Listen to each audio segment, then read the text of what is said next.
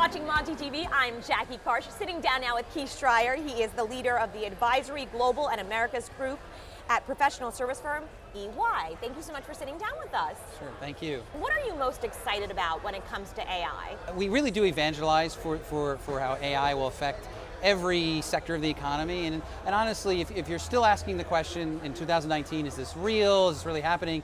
You need to kind of open up a browser, look for the closest MRI facility and have your head checked, because this is pretty real, right? It is.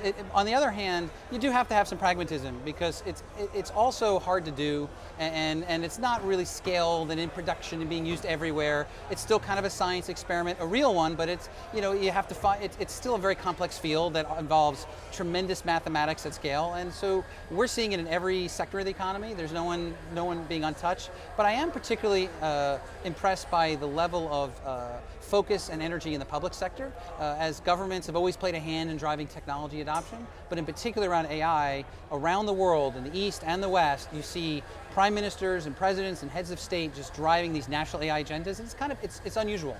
Why would a government be so interested in artificial intelligence?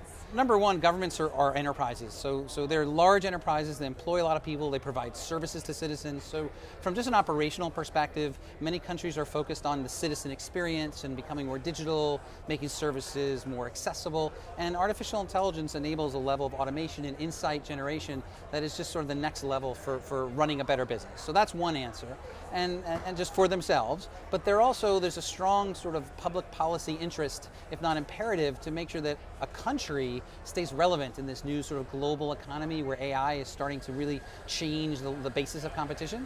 So a lot of countries are passing laws and providing incentives and doing things that frankly accelerate the private sector adoption of AI.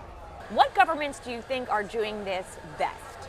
So if you just go back 26 months, I mean a relatively short period of time, and the government's always played a heavy role in technology adoption, right? Just going back to World War II and the computer and the jet engine, and just so many technologies really came through government sort of subsidy.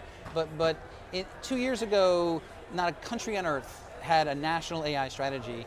And starting with Canada and Singapore and China and a few other countries that kind of were the first out the gate, 2 years later, over 30 major countries and some small ones have now gone ahead and done that. So I think the governments are actually moving much faster and taking a really aggressive stance, and we really haven't seen that in the last industrial revolution. Is it something that they need to create new divisions of the federal government to manage this? Actually, it has led to some really innovative new steps. So, for example, the United Arab Emirates, the UAE, was the first country to appoint a minister of AI.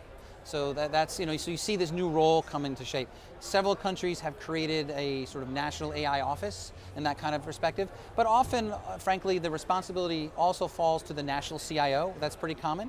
And in some cases, there's already an existing sort of digital authority or chief digital officer type role, and sometimes it falls under that individual. So you see in different ways kind of it shaping up in different countries, but it is definitely a high profile public policy initiative, and almost always sponsored by the Prime Minister, the President, the head of state, which is pretty interesting when you think about it. It's interesting to see the government take such a strong stance, or governments in general take such a strong stance, and maybe pave the way to a better, more productive global society.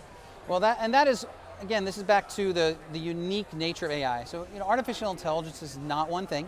It's not this discrete tool you just implement. It is a constellation of different methods and tools. So it's kind of, it's very nuanced, but it does raise some profound opportunities and threats. And actually the United Nations in particular has been focused on the potentially destabilizing effect of AI in terms of automation and how that could affect certain populations and so forth. And so, when you look at the whole narrative, it's not all just about productivity and cool self-driving cars. I mean, there is this other side. And so there's a strong public interest to make sure that we approach these technologies in a way that drives competitiveness, that's cool, creates new kinds of customer experiences, that's cool, but also doesn't undermine human values. And I think that's one of the things a lot of policymakers, universities, and increasingly big tech companies are focused on.